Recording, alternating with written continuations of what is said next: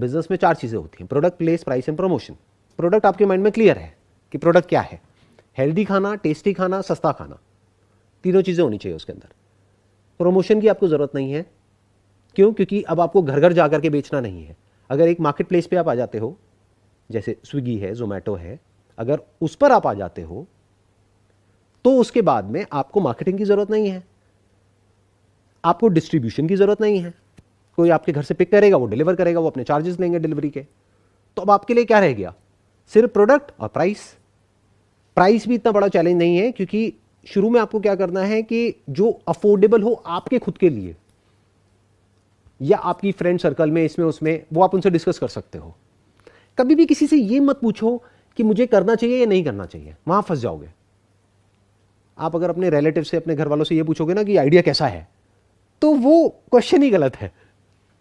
Ask them a specific question कि अगर आपको यहां से अपना खाना मंगाना है डेली, क्योंकि एक बार मंगाए तो आपको क्या मिला? कुछ भी नहीं। आपको क्या चाहिए? जो लोग पीजी में रह रहे हैं वो डेली मंगाए और तीनों टाइम मंगाए, या चलो ब्रेकफास्ट खुद भी कर लेते हैं तो लंच और डिनर आपसे मंगाए। तो अगर डेली के ऐसे 100 कस्टमर भी आपको मिल गए, जो बहुत ज्यादा नहीं है, अगर दिल्ली की बात करी जाए तो लाखों स्टूडेंट्स हैं जो पीजी में रह रहे हैं, तो ये प्रॉब्लम सबकी है। उन लाखों में से आपको कितने चाहिए, कैलकुलेट करते हैं। अगर 100 मिल गए आपको जो लंच और डिनर आपसे मंगा रहे हैं, एवरेज प्राइस क्या होगा? मानो आप 60 ही रखते हो, वो तो बैकवर्ड इंटीग्रेशन कर लेंगे, कॉस्टिंग पे हम कम कर लेंगे ना। आप इसको ऐसे देखो, ना आप सस्ता रखते हो ना महंगा रखते हो, क्योंकि अगर 60 रुपए का मिल रहा है, आपने 70 कर दिया तो सामने वाला सोच में पड़ जाएगा कि महंगा है, क्योंकि वो 70 नहीं है ना उसके लिए 140 एक दिन का है, मतलब महीने का 4200 है खाने का। इसको ऐसे समझो। तो आप उसको ना बढ़ाओ ना कम करो। आप ये देखो मार्केट ऑपरेटिंग रेट क्या है, वो आपने कहा 60 रुपए है। 60 रुपए में वो क्या दे रहे हैं, उनसे मंगा लो। ये R&D हो गई। 4-5 लोगों से मंगा के देखो, आपने देखा अच्छा वो ये दे रहे हैं, ये दे रहे हैं, ये दे रहे हैं, तो एक तो आपने ज़्यादा दिया, और प्लस लोगों को थोड़ा सा ज़्यादा मिल जाए तो बड़ा अच्छा लगता है। जैसे जब कहीं से जूस पीते हो तो जूस इतना अच्छा नहीं लगता, जब एंड में वो जो बचा हुआ थोड़ा सा देता है ना, वो बड़ा अच्छा लगता है, फिर इंसान दोबारा जाता है उस जूस की दुकान पे। तो आपने क्या किया, थोड़ा सा कुछ एडिशनल दिया, या थोड़ा सा कुछ ऐसा दिया जो और लोग नहीं दे रहे हैं, जिससे कि मज़ा आ गया। मे बी हेल्दी मीठा, या may be something else. I am just thinking कि ऐसा क्या दोगे। हो सकता है थोड़ी सी नमकीन या कुछ भी ऐसा कि खाने के साथ में थोड़ा बोरिंग है तो थोड़ा सा कुछ करारा आ गया, थोड़ा सा कुछ मीठा आ गया, थोड़ा सा कुछ कर दिया साथ में, ताकि वो एक्चुअल में मज़ा आए और हर बार कुछ अलग होए, ताकि उनको एक सरप्राइज एलिमेंट बना रहे कि दोपहर को कुछ और, नहीं तो बोरिंग हो जाता है ना, सेम सेम सेम। फिर वो क्या करेंगे, चेंज करेंगे, वो किसी और से मंगाएंगे। डिसाइड कर लिया कि हफ्ते में 7 दिन में मैं रोटेट कर दूंगी।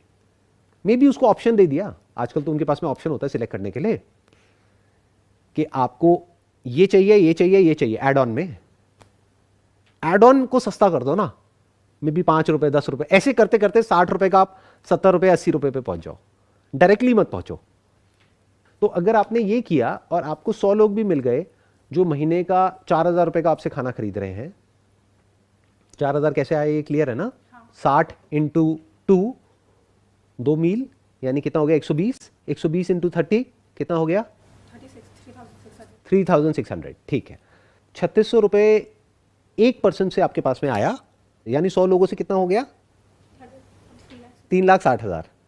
उसमें से आपका एक्सपेंस निकाल देते हैं। एक्सपेंस कितना होगा, आपने कुछ वर्किंग करी होगी या कुछ कैलकुलेशंस करी होंगी। अगर 60 रुपीज़ है वो खाना, तो 30 रुपीज़ ही पड़ता है, प्लस जो प्लेटफॉर्म है जिसके थ्रू आप सेल कर रहे हो उनका भी कमीशन है और है, वो सब है।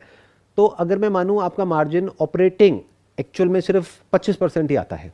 फूड में वैसे इससे ज़्यादा होता है मार्जिन, बट मैं मानता हूँ एंड में सब काट पीट के आपके हाथ में 25% बचता है। तो आपकी रेवेन्यू कितनी हुई एक महीने की, 3,60,000। उसमें से आपने कितना कमाया, 25%, that is close to around near about 80,000। तो 80,000 रुपये आपका प्रॉफिट हो गया एक महीने में।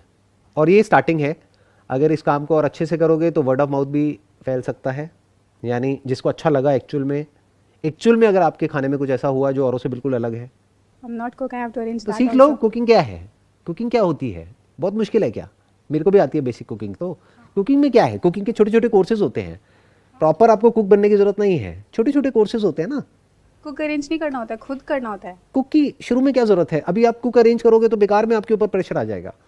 ये भी एक बहुत इंपॉर्टेंट पॉइंट है समझने वाला, ध्यान से समझना मेरी इस बात को।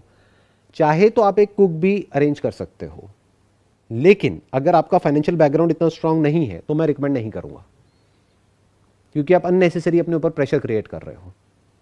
और प्लस आप जब खुद ही नहीं समझते कि कुकिंग क्या होती है, आप किसी को क्या समझाओगे?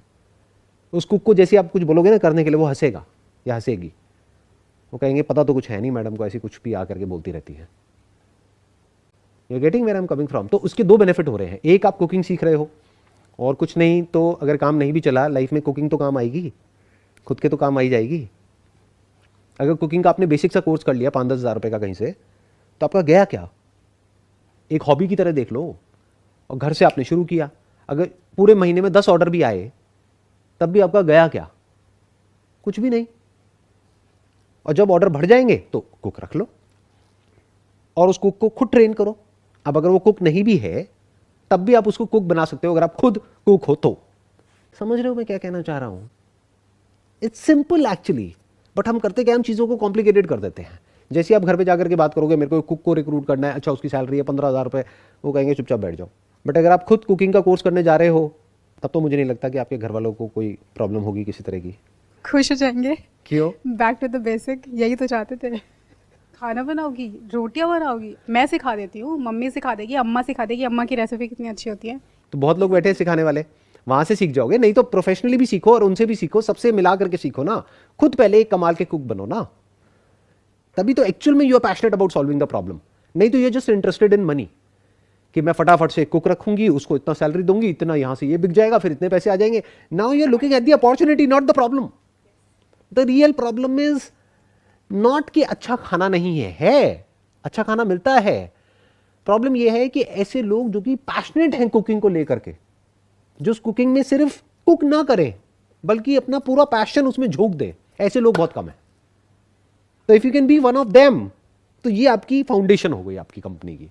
इसके ऊपर अब आप कितनी भी बड़ी बिल्डिंग खड़ी कर सकते हो। ऐसे बहुत कम लोग सोचते हैं।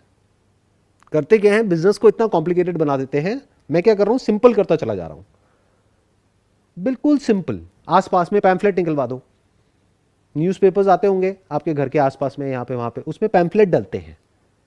मानो एक पैम्फलेट पड़ा आपको 50 पैसे का, तो 10,000 पैम्फलेट कितने के हो गए? 5,000 रुपए के।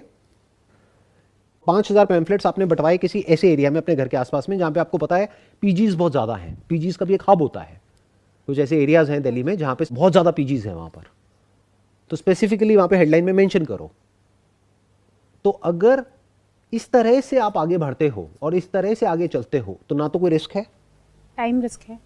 टाइम क्यों रिस्क है? क्योंकि अगर आपने उसको रूल आउट कर दिया है, इसीलिए मैंने शुरुआत में आपसे क्या पूछा कि if you are confident about cracking cat.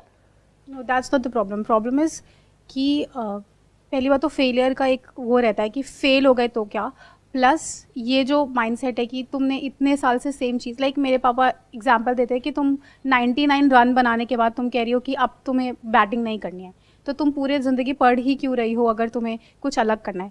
That's okay, it's fine. लेकिन मैंने ये चीज़ करी। क्या अभी हम एक बार को जो और लोग कहते हैं फैमिली में, इसमें उसमें, उनको सबको एक बार साइड में रख सकते हैं? अभी आपकी बात करें, क्लियर? फैमिली इज पापा ना, वो कैसे आपके बारे में गलत बोल सकते हैं? नहीं नहीं, that is okay, but all I am saying is कि उनको कैसे डील करना है वो आपके पापा है, मेरे पापा तो नहीं है, तो आप अपने आप देखोगे कि उनसे कैसे डील करना है, राइट? अभी हम वहाँ नहीं जाते हैं। तो अभी हम बात करते हैं कि जहाँ से इस टॉपिक को हमने शुरू किया था आज के सेशन को, दैट इज एंटरप्रेन्योरशिप। आपको क्लियर हुआ एंटरप्रेन्योरशिप क्या है? ज़्यादा हाँ, अपॉर्चुनिटी। अब इसके साथ में जो प्रॉब्लम्स हैं वो आपकी प्रॉब्लम है, मेरी नहीं है। कि आपके घर वाले आपको सपोर्ट कर रहे हैं, नहीं कर रहे हैं। हो सकता है आपके घर वाले सपोर्ट करेंगे, आपके नहीं करेंगे, तो that is your personal problem. I have got nothing to do with that. जैसे आप किसी कॉलेज में जाते हो, अपने प्रोफेसर को बोलोगे मैं MBA तो कर रही हूँ, आप मुझे पढ़ा भी रहे हो, लेकिन बाद में मेरे जो इन लॉज है मुझे नहीं लगता मुझे जॉब करने देंगे। वो कहेगा तो मैं क्या करूँ? तो दैट्स योर प्रॉब्लम। तो वो कैसे सॉल्व करना है वो आप देखो, करना है नहीं करना है। बट अभी बिजनेस मॉडल क्लियर हो गया आपको?